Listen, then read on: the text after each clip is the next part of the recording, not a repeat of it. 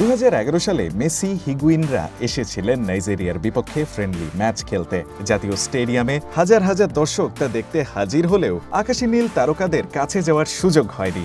বছর দুয়েক আগে ঢাকা এলেন আর্জেন্টিনার কাতার বিশ্বকাপ জয়ে বড় ভূমিকা রাখা এমি মার্তিনেজ।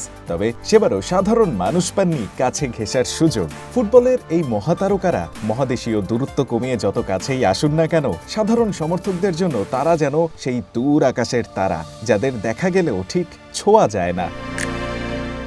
তবে সাধারণ ফ্যানদের এই স্বপ্নভঙ্গের বেদনা ঠিকই বোঝেন এএফবি লাতিন বাংলা সুপার কাপের স্বপ্নদ্রষ্টা আসাদুজ্জামান। তাই কথা দিয়েছেন লাতিন বাংলা সুপার কাপের সমাপনী দিনে ব্রাজিল ও আর্জেন্টিনার দুই লেজেন্ড কাফু আর ক্যানিজিয়া এলে কুইকেট থেকে টিকিট কাটলেই প্রতি ম্যাচে 10 জন করে দর্শক পাবেন দেখা করার সুযোগ। এদের সাথে যেন সাধারণ দর্শকরাও মিট আপ করতে পারে এ ব্যবস্থা আমরা করব মাঠে ইনশাল্লাহ। যারা এই টিকিট নেবেন, এই টিকিটের মধ্য থেকে যেমন বাংলাদেশ ব্রাজিল প্রথম খেলা, আমরা খেলার মাঝখানে বিরতির সময় খুব দ্রুত গতির সাথে আমরা 10 জনকে ড্রোর মাধ্যমে নির্বাচিত করব এবং ডেকে নিব। আর ফ্রি টিকিট পাবেন হচ্ছিল পরের দিন খেলার দিন। আমরা এই ব্যবস্থাটা করেছি যেন সাধারণ দর্শক এই লিজেন্ডদের সাথে এক কাতারে ছবি তুলতে পারে, কথা বলার সুযোগ পায়। 5 ডিসেম্বর লাতিন বাংলা সুপার কাপের পর্দা উঠবে জাতীয় স্টেডিয়ামে। বাংলাদেশের বয়সভিত্তিক দলের ফুটবলারদের দিয়ে গড়া দলের বিপক্ষে মাঠে নামবে ব্রাজিলের সাও বার্নার্দো ক্লাবের অনূর্ধ্ব 20 দল, যে দলে থাকবেন গেল মাসে শেষ হওয়া আন্ডার-20 ফিফা ওয়ার্ল্ড কাপে ব্রাজিল দলে খেলা 2 জন ফুটবলার।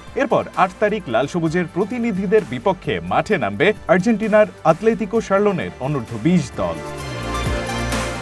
কারা খেলবেন বাংলাদেশ দলে? এ প্রশ্নের উত্তরে উঠে এলো জায়ান ফাহমিদুল, বিৎসক চাকমা, কিউবা মিচেল আর আরহামের মতো ফুটবলারদের নাম। আপনারা অলরেডি জানেন যে ফাহমিদুল বাংলাদেশের অন্যতম একজন বর্তমান সময়ে খেলোয়াড়। ফাহমিদুল এই গেমসে খেলবেন। পাশাপাশি বিৎসক চাকমা, জায়ান যিনি অলরেডি আমাদের কন্টিনিউ আছেন বাংলাদেশ টিমের সাথে, তো উনিও খেলবেন।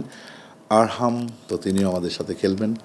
পাশাপাশি কিউবা মিচেলকে আমি ব্যক্তিগতভাবে রিকোয়েস্ট করেছিলাম, ওর কিছু ভালো লাগে আমার, পরে ওনারা সেটাও অ্যাকসেপ্ট করেছেন। পাশাপাশি আরও বিভিন্ন ক্লাব থেকে বাছাই করা হয়েছে, যেমন আমাদের বসুন্ধরা কিংস থেকে নেওয়া হয়েছে 3 জন।